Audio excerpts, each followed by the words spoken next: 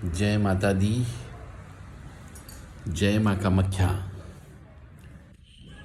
बहुत से देवी साधक, उनको यह ज्ञान नहीं होता है कि कौन कौन सी रात्रि में साधना करना चाहिए, कौन कौन सी रात्रि में जगना चाहिए, ताकि ईश्वर की कृपा प्राप्त हो सके। तो शास्त्रों में बहुत सारी रात्रियां दी गई है,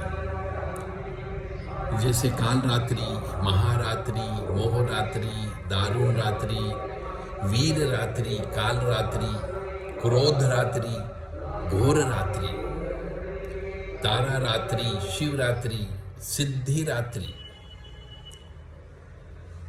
तो अब आपको ये ज्ञान नहीं है कि किस रात्रि कब आती है और किसकी साधना करना चाहिए, ताकि आपको साधना पे सफलता मिल सके। साधना में इसीलिए सिद्धियां नहीं मिलती है क्योंकि साधक मनुष्य को यह ज्ञान ही नहीं होता है कि आज कौन सी रात्रि है और मुझे किसकी साधना करना चाहिए। तो मोह रात्रि होती है, यह मोह रात्रि जन्माष्टमी के दिन आती है।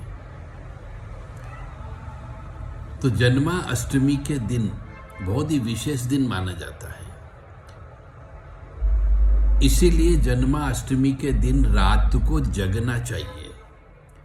पूरी रात भर जो है ईश्वर का भजन करना चाहिए, इसीलिए उसे मोह रात्रि कहा गया है, मोह दिन नहीं कहा है। अच्छा, शास्त्रों में जितनी भी सिद्धियां मिलती है वह सब रात को ही प्राप्त होती है। तो जन्माष्टमी भी रात को ही मनाई जाती है। पूरी रात भर जगते हैं, ढोल नगाड़े बजाते हैं, ईश्वर के भजन करते हैं। इसी तरीके से महाशिवरात्रि, ये भी महारात्रि कहलाती है। इस रात को भी संपूर्ण रात भर जगा जाता है। और एक और विशेष रात होती है जिसको काल रात्रि कहा जाता है, यानी नरक चतुर्दशी, दिवाली के एक दिन पहले की रात को काल रात्रि कहते हैं। तो इन रात्रियों का बहुत बड़ा महत्व होता है। और नवरात्रि ये भी रात होती है। तो रात्रि का मनुष्य के जीवन पर बहुत बड़ा प्रभाव डालती है और साधक मनुष्यों को भी तो विशेष तौर से प्रभाव डालती है। जो देवी माँ की उपासना करते हैं उनके लिए, तो भैरव उपासना करते हैं उनके लिए। तो चलते हैं अपन रात्रि के बारे में पूरी तरीके से जानने का प्रयास करते हैं।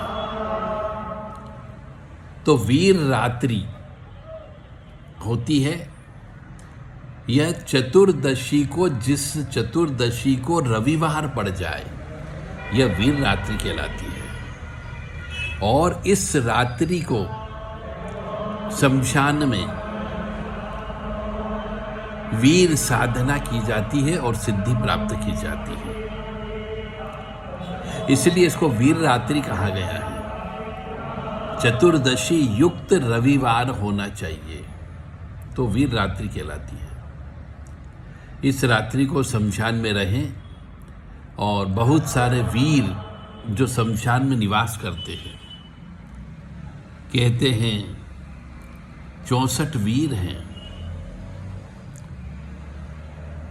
इन वीरों की साधना की जाती है, हवन किया जाता है, भेंट दी जाती है, तो उसे वीर रात्रि, यानी कि चतुर्दशी युक्त रविवार आ जाए तो उसे वीर रात्रि कहते हैं। तो जो भी साधक मनुष्य हैं, वीर की साधना करना चाहते हैं, उनको इस रात का विशेष तौर से ध्यान रखना चाहिए।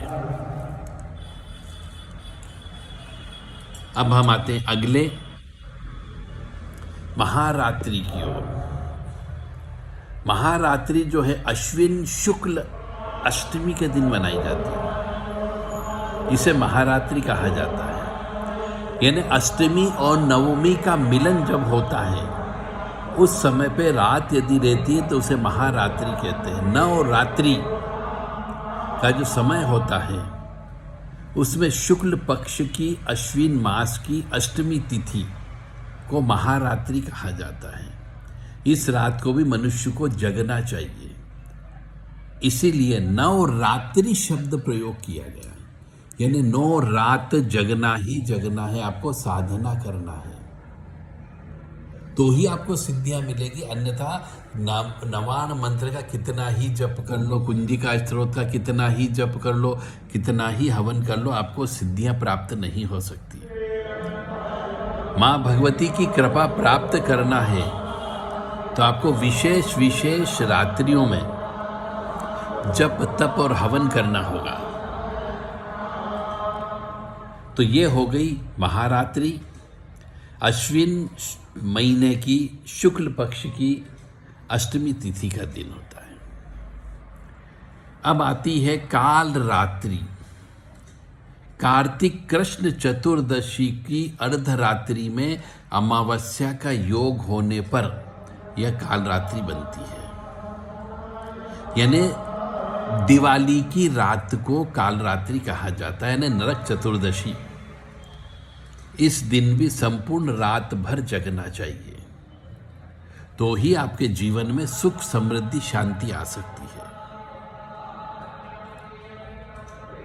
काल रात्रि में जगने पर देवी कृपा, कमलात्मिका की कृपा, महालक्ष्मी की कृपा, लक्ष्मी की कृपा सब प्राप्त होती है। ऐश्वर्य लक्ष्मी, सिद्ध लक्ष्मी, संतान लक्ष्मी, कीर्ति लक्ष्मी, गज लक्ष्मी, वैभव लक्ष्मी सब प्राप्त होती है। तो तीसरे नंबर की हो गई काल रात्रि। और फिर अगली है बहुत ही विशेष, जिसको मोह रात्रि कहा जाता है।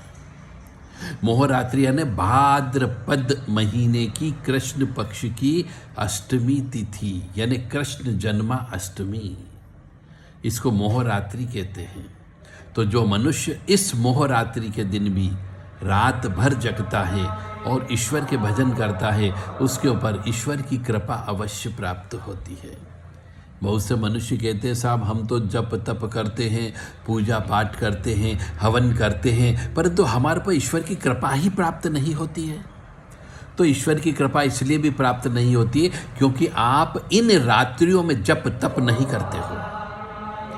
तो जप तप इन रात्रियों में कराओ। वीर रात्रि, महारात्रि, काल रात्रि, मोहरात्रि, क्रोध रात्रि, घोर रात्रि, अचल रात्रि, तारा रात्रि, शिव रात्रि, मृत संजीवनी रात्रि, ऐसे दारुण रात्रि, ऐसे बहुत सारी रात्रियां हैं। इनमें जप तप हवन अनुष्ठान करने पर और जगने पर, ईश्वर का नाम स्मरण करने पर ईश्वर की कृपा प्राप्त होती है।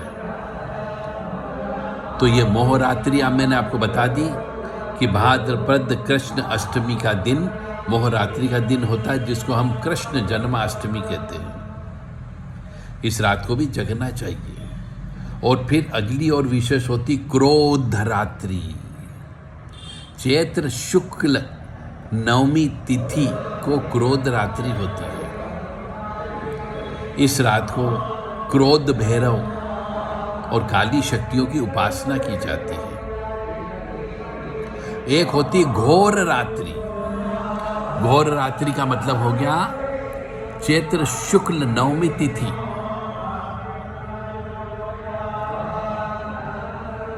तो ऐसे बहुत सारी रात्रियां हैं, इनका आप अध्ययन करें।